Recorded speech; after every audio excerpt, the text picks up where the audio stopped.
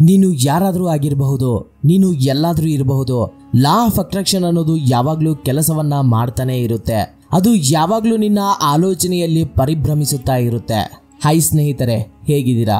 ನೀವು ಏನನ್ನ ನಿಮ್ಮ ಮೈಂಡ್ ಅಲ್ಲಿ ನೋಡ್ತಿರೋ ಅದೇ ನಿಮ್ಮ ಕೈಯಲ್ಲಿ ಬರುತ್ತೆ. ಇದರ ಅರ್ಥ ಏನಂದ್ರೆ, ನಾವು ಏನನ್ನ ಬೇಕು ಅಂತ ಅಂದುಕೊಳ್ತೇವೆಯೋ, ಯಾವುದರ ಬಗ್ಗೆ ತುಂಬಾ ಆಲೋಚನೆಯನ್ನ ಮಾಡ್ತೇವೆಯೋ, ಯಾವ ಆಲೋಚನೆ ನಿರಂತರವಾಗಿ ನಮ್ಮ ಮೈಂಡ್ ಅಲ್ಲಿ ಪರಿಭ್ರಮಿಸುತ್ತಾ ಇರುತ್ತೋ ಅದನ್ನ ನಾವು ನಿಜ ಮಾಡ್ಕೊಳ್ತೀವಿ. ಇದನ್ನೇ ಥಾಟ್ಸ್ ಬಿಕಮ್ ಥಿಂಗ್ಸ್ ಅಂತ ಅಂತಾರೆ. ಈ ವಾಕ್ಯವನ್ನ ಚೆನ್ನಾಗಿ ನೆನ್ಪಿಟ್ಕೊಳ್ಳಿ.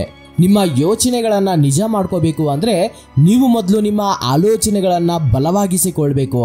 ನಿಮ್ಮ ಆಲೋಚನೆಗಳು ಎಷ್ಟು ಬಲವಾಗಿ ಇದ್ರೆ ನೀವು ಅಂದುಕೊಂಡಿದ್ದು ಅಷ್ಟು ಬೇಗ ನಿಜವಾಗುತ್ತೆ. ತುಂಬಾ ಜನಕ್ಕೆ ಗೊತ್ತಿರದೇ ಇರೋ ವಿಷಯ ಏನಂದ್ರೆ, ನಮ್ಮ ಪ್ರತಿ ಆಲೋಚನೆಗೂ ಒಂದು ಫ್ರೀಕ್ವೆನ್ಸಿ ಅನ್ನೋದು ಇರುತ್ತೆ. ಅಂದ್ರೆ ನಮ್ಮ ಆಲೋಚನೆಯನ್ನ ನಾವು ಭೇಟಿಯಾಗಬಹುದು. ಅಂದ್ರೆ ನಿಮಗೊಂದು ಆಲೋಚನೆ ಬಂದ ಪ್ರತಿ ಸಾರಿ ಆ ಆಲೋಚನೆಯನ್ನ ನೀವು ವಿಜುವಲೈಸೇಷನ್ ಮಾಡ್ತಿರ್ತೀರಾ.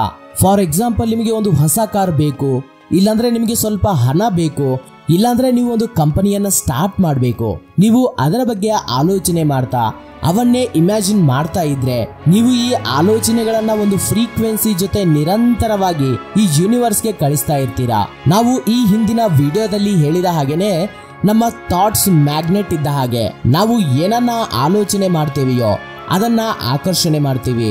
ನಮ್ಮ ಆಲೋಚನೆ ಅನ್ನೋದು ಒಂದು ಮ್ಯಾಗ್ನೆಟ್ ತರ ಕೆಲಸ ಮಾಡಿ ಒಂದು ಫ್ರೀಕ್ವೆನ್ಸಿಯಾಗಿ ಯೂನಿವರ್ಸ್ಗೆ ಕಳಿಸ್ತಾ ಇರುತ್ತೆ.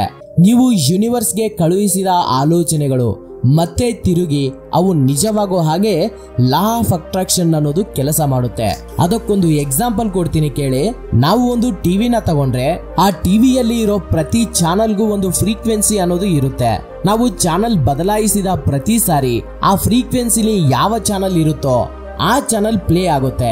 ನಮ್ಮಲ್ಲಿ ಇದು ತುಂಬಾ ಜನಕ್ಕೆ ಹೇಗೆ ಕೆಲಸ ಮಾಡುತ್ತೆ ಅಂತ ಗೊತ್ತಿಲ್ಲ. ಆದ್ರೆ ನಾವು ರಿಮೋಟ್ ಇಂದ ನಮಗೆ ಬೇಕಾದ ಚಾನಲ್ಸ್ ನ ಬದಲಾಯಿಸಿಕೊಂಡು ಬೇಕಾದಂತಹ ಸಿನಿಮಾಗಳನ್ನ, ಸೀರಿಯಲ್ ಗಳನ್ನ ನೋಡ್ತಾ ಇರ್ತೀವಿ. ಅದೇ ವಿಧಾನವಾಗಿ ನಾವು ಟಿವಿಗಿಂತ ತುಂಬಾ ಪವರ್ಫುಲ್ ಅಂತ ರೋಂಡಾ ಬರ್ನ್ ಬರೆದಿದ್ದಾರೆ. ನಾವು ನಮ್ಮ ಆಲೋಚನೆಯಿಂದ ಟ್ರಾನ್ಸ್ಮಿಟ್ ಮಾಡೋ ಪ್ರತಿ ಸಿಗ್ನಲ್ ಇಂದ ನಮ್ಮ ಜೀವನವನ್ನ ಕ್ರಿಯೇಟ್ ಮಾಡ್ತಿರ್ತೀವಿ. ನಮ್ಮ ಜೀವನದಲ್ಲಿ ಬರೋ ಬದಲಾವಣೆಗಳೆಲ್ಲ ನಾವು ಏನನ್ನ ಫ್ರೀಕ್ವೆನ್ಸಿಯಾಗಿ ಕಳಿಸ್ತೇವೆಯೋ ಅವು ನಿಜವಾಗಿ ನಡೀತಾ ಇರುತ್ತೆ. ನಿಮ್ಮ ಜೀವನ ಒಂದು ಟೆಲಿವಿಷನ್ ಸ್ಕ್ರೀನ್ ಆದ್ರೆ ನೀವು ಒಂದು ಟ್ರಾನ್ಸ್ಮಿಟರ್ ಟವರ್ ಇದ್ದ ಹಾಗೆ. ನೀವು ಕಳಿಸೋ ಪ್ರತಿ ಆಲೋಚನೆ ನಿಮ್ಮ ಜೀವನವೆಂಬ ಟೆಲಿವಿಷನ್ ಸ್ಕ್ರೀನ್ ಮೇಲೆ ಕಾಣಿಸ್ತಾ ಇರುತ್ತೆ. ಆದ್ರೆ ನಿಮ್ಮ ಆಲೋಚನೆಗಳು ಏನನ್ನ ಫ್ರೀಕ್ವೆನ್ಸಿಯಾಗಿ ಕ್ರಿಯೇಟ್ ಮಾಡಿ ಯೂನಿವರ್ಸ್ಗೆ ಕಳಿಸ್ತಾ ಇರ್ತಾವೋ ನೀವು ಅದನ್ನೇ ನೋಡ್ತೀರಾ.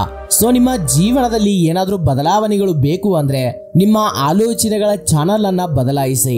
ನೀವು ನಿಮ್ಮ ಆಲೋಚನೆಗಳನ್ನ ಬದಲಾಯಿಸಿದರೆ ಅದರ ಫ್ರೀಕ್ವೆನ್ಸಿ ಕೂಡ ಬದಲಾಗುತ್ತೆ. ನಿಮಗೆ ಬೇಕಾಗಿರೋದು ನಿಜವಾಗುತ್ತೆ. ನಿಮಗೆ ಇವಾಗ ಏನೇನು ಇದೆಯೋ ಅದರ ಜೊತೆ ಹ್ಯಾಪಿಯಾಗಿ ಇರ್ತಾ, ನಿಮಗೇನು ಬೇಕು ಅದರ ಬಗ್ಗೆ ಪಾಸಿಟಿವ್ ಆಗಿ ಆಲೋಚನೆ ಮಾಡ್ತಾ ಕೆಲಸ ಮಾಡಬೇಕು. ಹಾಗೆ ಮಾಡಿದ್ರೆ ನಾವು ಏನ್ ಬೇಕಾದ್ರೂ ಸಾಧಿಸಬಹುದು. ಆದ್ರೆ ಯಾಕೆ ಎಲ್ರೂ ಅವರ ಕನಸುಗಳನ್ನ ನನಸು ಮಾಡ್ಕೊಳ್ಳಕ್ಕೆ ಆಗ್ತಿಲ್ಲ ಅಂತ ನೀವೇನಾದ್ರೂ ಅನ್ಕೊಂಡಿದ್ರೆ ಮೇನ್ ಪ್ರಾಬ್ಲಮ್ ನಿಮ್ಮ ಆಲೋಚನೆಯಲ್ಲೇ ಇದೆ.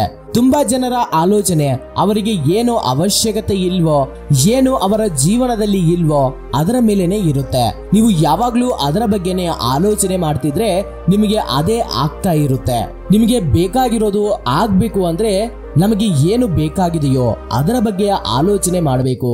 ಆದ್ರೆ ನಾವೆಲ್ಲರೂ ಮಾಡೋ ತಪ್ಪೇನಂದ್ರೆ ನಮ್ಮ ಹತ್ರ ಏನು ಇಲ್ವೋ ಅದರ ಬಗ್ಗೆ ಆಲೋಚನೆಯನ್ನ ಮಾಡ್ತೀವಿ.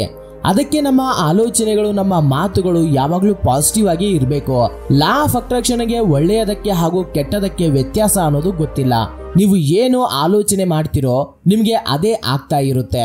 ಸೊ ನೀವು ಇದನ್ನ ಚೆನ್ನಾಗಿ ನೆನ್ಪಿಟ್ಕೊಳ್ಳಿ. ಲಾ ಆಫ್ ಅಟ್ರಾಕ್ಷನ್ ನೀವು ಏನು ಆಲೋಚನೆ ಮಾಡ್ತಿರೋ ಅದಕ್ಕೆ ತಕ್ಕ ಹಾಗೆ ರೆಸ್ಪಾನ್ಸ್ ಮಾಡ್ತಿರುತ್ತೆ. ನೀವು ನಿಮಗಿರೋ ಸಾಲದ ಬಗ್ಗೆ ಆಲೋಚನೆ ಮಾಡ್ತಾ ಅಯ್ಯೋ ಸಾಲ ಇದೆ ಅಂತ ಅಂದುಕೊಳ್ತಾ ಇದ್ರೆ ನಿಮ್ಮ ಸಾಲ ಬೆಳಿತಾನೆ ಇರುತ್ತೆ. ಯಾಕಂದ್ರೆ ನೀವು ಸಾಲದಲ್ಲಿದ್ದೀನಿ ಅನ್ನೋ ಫ್ರೀಕ್ವೆನ್ಸಿಯನ್ನೇ ಯೂನಿವರ್ಸ್ಗೆ ಕಳಿಸ್ತಾ ಇರ್ತೀರಾ. ಆವಾಗ ನಿಮಗೆ ಅದೇ ರೆಸ್ಪಾನ್ಸ್ ಇರುತ್ತೆ. ಇದು ನಿಮಗೆ ಕ್ಲಿಯರ್ ಆಗಿ ಅರ್ಥ ಆಗ್ಬೇಕಂದ್ರೆ ಈ ಎಕ್ಸಾಂಪಲ್ ನ ಗಮನ ಕೊಟ್ಟು ಕೇಳಿ. ನನ್ನ ಡ್ರೆಸ್ ಮೇಲೆ ಏನು ಬೀಳ್ಬಾರ್ದು ಅಂತ ನೀವು ಅಂದ್ಕೊಂಡ್ರೆ ನೀವು ಕಳಿಸೋ ಫ್ರೀಕ್ವೆನ್ಸಿ ಹೇಗಿರುತ್ತಂದ್ರೆ ಈ ಶರ್ಟ್ ಮೇಲೆ ಏನೋ ಒಂದು ಬೀಳ್ಬೇಕು, ನಾನು ಹೊರಗೆ ಹೋದಾಗೆಲ್ಲ ಏನೋ ಒಂದು ಬೀಳ್ತಾನೆ ಇರಬೇಕು ಅಂತ ನಿಮ್ಮ ಫ್ರೀಕ್ವೆನ್ಸಿ ಯೂನಿವರ್ಸ್ಗೆ ಹೋಗುತ್ತೆ. ಇನ್ನು ಎರಡನೇ ಎಕ್ಸಾಂಪಲ್ ನೋಡೋದಾದ್ರೆ, ನಾನು ಇಷ್ಟು ದೊಡ್ಡ ಕೆಲಸ ಮಾಡೋದಿಕ್ಕಾಗೋದಿಲ್ಲ, ನನ್ನಿಂದ ಆಗೋದಿಲ್ಲ ಅಂತ ನೀವು ಅಂದುಕೊಂಡ್ರೆ ನೀವು ಕಳಿಸೋ ಫ್ರೀಕ್ವೆನ್ಸಿ ನನ್ನಿಂದ ಆಗದೆ ಇರುವಷ್ಟು ಇನ್ನೂ ಜಾಸ್ತಿ ಕೆಲಸ ಬೇಕು ಅನ್ನೋ ರೀತಿ ಯೂನಿವರ್ಸ್ಗೆ ಹೋಗುತ್ತೆ.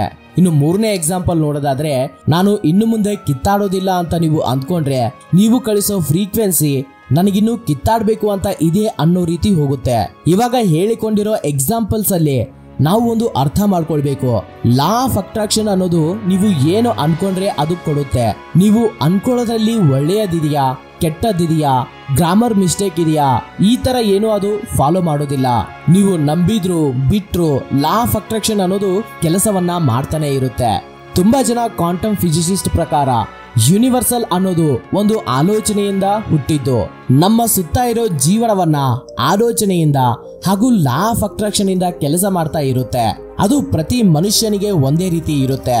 ನಿಮಗೆ ಲಾ ಆಫ್ ಅಟ್ರಾಕ್ಷನ್ ಅನ್ನೋದು ಅರ್ಥ ಆದ್ರೆ ನೀವು ಎಷ್ಟು ಶಕ್ತಿಯುತವಾದ ಸಾಧನನೋ ನಿಮಗೆ ಅರ್ಥ ಆಗುತ್ತೆ. ಲಾ ಆಫ್ ಅಟ್ರಾಕ್ಷನ್ ಅನ್ನೋದು ನೀವು ಆಲೋಚನೆ ಮಾಡುವ ಪ್ರತಿ ಸಾರಿ ಬ್ಯಾಕ್ ಗ್ರೌಂಡ್ ಅಲ್ಲಿ ಕೆಲಸವನ್ನ ಮಾಡ್ತಾನೆ ಇರುತ್ತೆ. ನಿನ್ನ ಪಾಸ್ಟ್ ಬಗ್ಗೆ ಆಲೋಚಿಸಿದ್ರು, ನಿನ್ನ ಪ್ರೆಸೆಂಟ್ ಬಗ್ಗೆ ಆಲೋಚಿಸಿದ್ರು, ನಿನ್ನ ಫ್ಯೂಚರ್ ಬಗ್ಗೆ ಆಲೋಚನೆ ಮಾಡಿದ್ರು, ಲಾ ಆಫ್ ಅಟ್ರಾಕ್ಷನ್ ಅನ್ನೋದು ಯಾವಾಗ್ಲೂ ನಿರಂತರವಾಗಿ ಕೆಲಸ ಮಾಡ್ತಾನೆ ಇರುತ್ತೆ. ಅದನ್ನ ನೀವು ನಿಲ್ಸೋದಕ್ಕೆ ಆಗೋದಿಲ್ಲ. ನೀವು ಆಲೋಚನೆ ಮಾಡ್ತಿರೋವರೆಗೂ ಲಾ ಆಫ್ ಅಟ್ರಾಕ್ಷನ್ ಅನ್ನೋದು ಕೆಲಸ ಮಾಡ್ತಾನೆ ಇರುತ್ತೆ.